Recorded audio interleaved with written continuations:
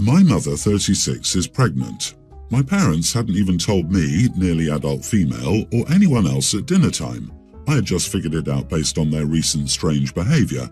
My dad rubbing my mom's belly while they thought I wasn't paying attention, my mom browsing for baby stuff on Amazon thinking she's slick, but she's not.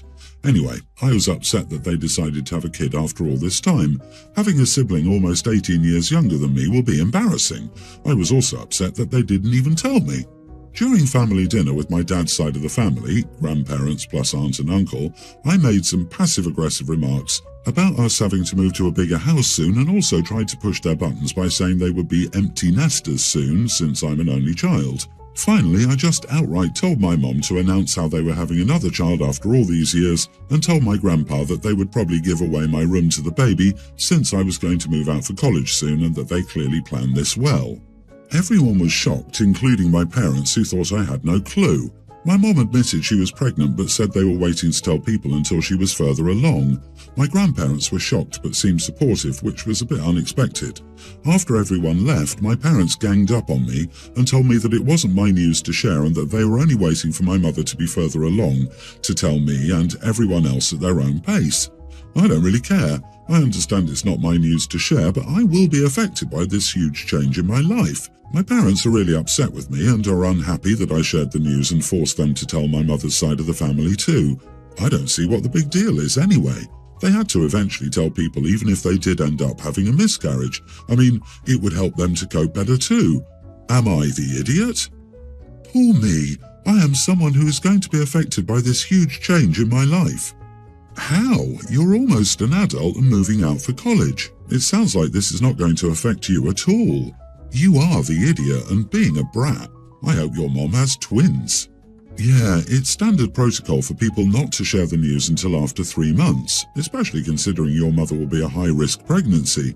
And it doesn't matter how long they wanted to wait to tell people, because it's none of your business. Oh, it will affect her all right. She suddenly won't be the center of her parents' universe anymore, the poor dear.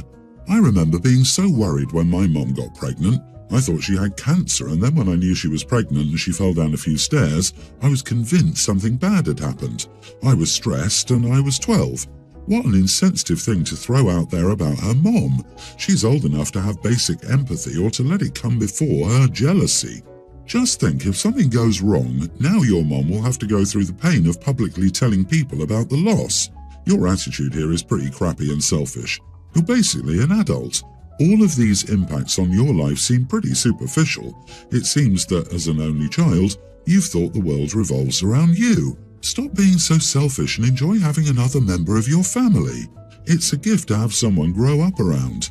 You'd better make your peace with not being an only child now. Women as old as your mother still get pregnant. Women as old as your mom? Geez, mom is 36. That's not old to have a baby. If mom was 46, I understand the shock. But 36 is really not weird or old. My God, listen to yourself, OP. You're the idiot, completely unempathetic, and your behavior and comments are needlessly nasty. Also, I'd like to know how you thought your mother was slick researching baby products. What in the world is wrong with you? Grow up. My wife and I, 36 male, moved to our area 7 years ago for my wife to pursue a job opportunity where the population happened to be exclusively white. In the last couple of years or so, we've had an increase in the non-white population, including the first Muslim students I've had since before moving here. I grew up in an ethnically diverse area, so not being surrounded by multicultural people and restaurants has been an adjustment. I teach high school science, and my 2 Muslim students are cousins I'll call Amira and Nadia, fake names. I'm not well versed in religion since my area of expertise is sciences, but I have some basic knowledge of major religions. Today, Amira was out sick, so it was just Nadia in my class. The kids were working on a worksheet while I was trying to get grading wrapped up and submitted, and when I looked up, I realized Nadia's head covering had shifted and the hair on her forehead was exposed. I panicked and looked away as soon as I realized. I would have asked Amira to take Nadia into the office between my classroom and my female colleagues next door to fix it. But without Amira there, I ended up ducking into my colleague's classroom and disrupting her class. I waited until she acknowledged my presence and then waved her over to speak to her quietly, to ask her to please bring Nadia into the office to fix her head covering. I would keep an eye on her class. My colleague, Mrs. Smith, asked why I couldn't do it, and I said, because I'm an unrelated man. She made a weird face at me, but eventually said, fine, and went to go get Nadia. When she came back, she was not at all polite when she said, it's fixed. I thanked her and tried to brush off her attitude, and I asked Nadia to stay back a moment after class, just long enough to apologize if I embarrassed her. She said it was fine and left. I got home at 3:30, but at 6 p.m. I got a call from my principal, Mrs. Waters, outside of working hours, telling me that Mrs. Smith had complained about my unprofessional conduct regarding Nadia and that I'm expected to attend a meeting on Monday with her, Mrs. Smith, Nadia, and her parents to discuss what should be done about my actions. I asked what I'd done wrong. She refused to elaborate beyond unprofessional conduct. I told her I expected my in-building union representative to be present at the meeting or I wouldn't go, and she said she would email our building rep. I feel ambushed. I don't know what I did wrong, and I'm not going to lie, I'm really upset and anxious right now. Am I the idiot? You are the idiot. I don't get why you panicked and disrupted another class over this. It's Nadia's responsibility to deal with her religious adherence. What would have happened in a classroom where the teacher didn't know this detail about the student's religion? Probably nothing. You created a huge awkward situation unnecessarily. I know you think you were doing the right thing, but your behavior seems weird and over the top. Her parents may find it invasive. Not the idiot, you 100% did the right thing. To others wondering why he would go hard on this and other comments like, just tell Nadia next time and don't live in an area where she would be severely punished, you are all incorrect. OP does not know how strict her family is. Period. The end. My bet is the principal and the other teacher do not understand the gravity of the situation. I also believe her parents misunderstood this, or the principal asked the parents to come to the school, not vice versa. As a Muslim student, hijabi and soon-to-be teacher, you are not the idiot. I appreciate how much thought you put into this and trying to respect our religion. Would I have felt awkward? Yeah, probably, to be honest.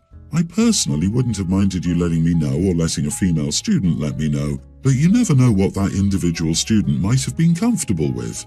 It sounds like you were trying to be discreet and respectful. I can understand the teacher feeling frustrated or annoyed with being pulled out of her classroom, but not to the extent she went, especially if it only happened once. I wish she would have communicated with you first instead of automatically reporting it. Yeah, she gave me not my problem with eye roll vibes. Probably she walked into the classroom shouting for Nadia instead of being discreet. OP, you may still receive some blowback because of these actions, but morally speaking, you acted correctly and in a way that you felt was best to accommodate the student. I, female 28, am getting married to a pretty great guy, 32. He's a teacher and he's very happy with his decision to become a teacher. I work for a tech company and we do pretty well financially.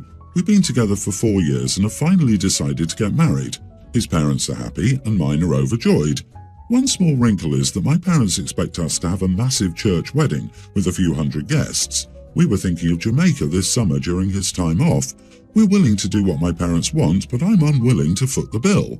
My mom and I met with a wedding planner for an estimate of $35,000 to $45,000. If we go to the resort we've picked out, it will cost like $10,000, and that includes paying for his parents and nephew to join us.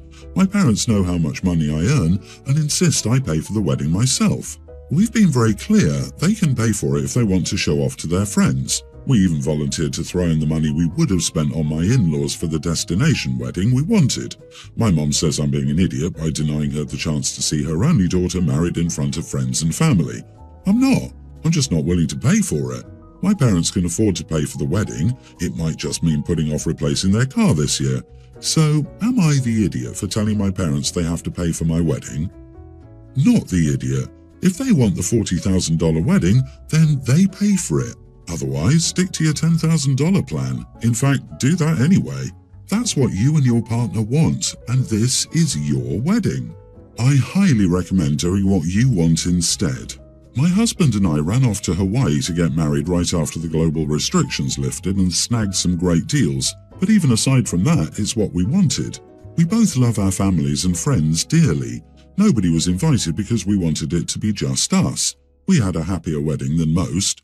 Nothing against big weddings, we just skip 98% of the headache that comes with them. So just go do what you want, you'll have a much better day. Honestly, the audacity of your mother to expect a wedding you don't want and not to pay for it is astounding. You don't want that wedding, she does. You want to go to Jamaica. It's your money. Mom doesn't get to tell you how to spend it. Best wishes on your upcoming Jamaican wedding or honeymoon. Mom either comes to the wedding or doesn't. No one is entitled to a wedding on someone else's dime. I have custody of my tween nephew, Dex. My brother is Dex's dad. He and Dex's mom divorced when Dex was 2, and 2 years later he met his current wife, Shanna. Soon, Dex's mom died. A couple of years later, Shanna got pregnant and went into premature labor. My niece didn't make it, and a hysterectomy had to be performed to save Shanna's life after serious complications. It broke her. She was lost, and in her grief, she attempted to cling extra hard to Dex and have him be the child she could no longer have biologically. But Dex wasn't Shanna's biggest fan, and he didn't want to just sit with her all the time and pretend she was his mom. My brother decided Shanna should adopt Dex. He was so hard on Dex for wanting to hang out with his friends or for being in his room instead of around Shanna. She became more and more possessive of Dex. My husband and I noticed, and we stepped in to try and help, but my brother became angry and kicked us out and told us we were not helping Shanna. So, for several months, Dex was cut off from the rest of the family and went through a lot at home. In the end, he had a huge outburst in school and CPS became involved, and from there, Dex was removed from my brother and placed with my husband and me. It was supposed to be temporary, but my brother repeatedly failed to change how he treated Dex. At that point, he treated his son like he was the worst person in the world. Dex told me his dad called him evil after everything with Shanna. He told him he'd hate him forever for not helping her when he could easily. It seems Shanna eventually did seek help. My brother decided this was enough to get Dex back, but CPS and the judge disagreed. He then cornered me at Christmas and told me he deserved to be back in his son's life, that we were punishing him for parenting decisions that many others would make in his shoes, meaning trying to force his kid to become his wife's kid, to gloss over the loss of her own child and her ability to have a child in the future. I told him that he didn't deserve to be a father after the way he treated his own child. I told him Dex should have always been at the forefront of his mind and that he should never have verbally mistreated him for not faking things with Shanna. I said as a husband, he should have gotten her some real, professional help. He should have supported his son in saying he didn't want Shanna to become his new mom instead of calling him evil, instead of telling him he was disgusted with him or comparing him to a historical figure who was responsible for the deaths of so many people. This actually happened on multiple occasions. I told him he should be ashamed of himself and leave Dex to live a happier and healthier life without him. My brother was furious. He attempted to confront me again at work. A friend of his actually told me I should have been more understanding, and even if I'm angry, it was too harsh to say he didn't deserve to be a father. Am I the idiot? Not the idiot. Their behavior was so problematic that CPS had to remove him, and he then repeatedly failed to change his behavior after that. It's good Shanna is getting the help she needs, but it sounds like your brother still needs a fair amount of help. Until then, do what's in the best interest of the child. OP, I'm so glad that Dex has you and your husband. Unfortunately, the threshold to remove a child from a custodial parent's home by legal force is extremely high, and reunification is typically always the goal. CPS is so against separating families that even if they aren't willing to put the kid back with his bio dad, he should not be responsible for a child. Wow, no offense, but your brother is a piece of work. I feel bad for his wife's loss, that must have been heartbreaking, but the way they treated Dex is unacceptable. He should have put his son's well-being first. Shanna needed help, professional help, and it's understandable, but Dex wasn't there to cover her need to be a mother. He wasn't a son, and even if he was her son, it would still be wrong to put all that on a small kid's shoulders. Your brother needs more help than his wife. Ask him to go to a therapist. Protect your nephew and do whatever to keep him away from that. My wife and I have 2 kids. My daughter is 35, married with 2 children, and my son is 25. He has never moved out. He went to college in our hometown and had a job here. He still lives in the room that he has had since childhood. I love my son, but I'm tired of supporting him. My wife won't let me charge him rent or make him pay for groceries. She still does his laundry. He took a year off after high school to relax, but he didn't go anywhere. He didn't get a job or anything. He just sat at the beach for a year. We paid for his university. He graduated when he was 22 and got a job right away. And he's wasted all his money. He has a truck that costs him as much as we paid for our house 25 years ago. I'm not going to get into how much he spends on his computer and other hobbies. He and my wife have turned his sister's old room into his Lego room. He also lost a bunch of his savings on crypto. I'm getting close to retirement, and I think I shouldn't be supporting him anymore, but my wife won't let me kick him out. It's becoming a real issue for us. I approached my wife last week with the idea of selling the house and moving south. She won't hear of it and called me cheap and miserable for wanting to abandon her baby. That's what she called him. She said it's normal in her culture for kids to live at home until married. All her grandparents were born in America, so it's not like she's from the old country. I'm considering drastic measures if things don't change soon. Am I the idiot? Sorry, what? He took a year off after high school to relax. A year off to relax? OMG. You have an adult son who behaves like a 16-year-old and an adult wife who enables this. I'm not sure what you mean by drastic, but you have every right to have him move out or move out yourself if you and your wife are not on the same page.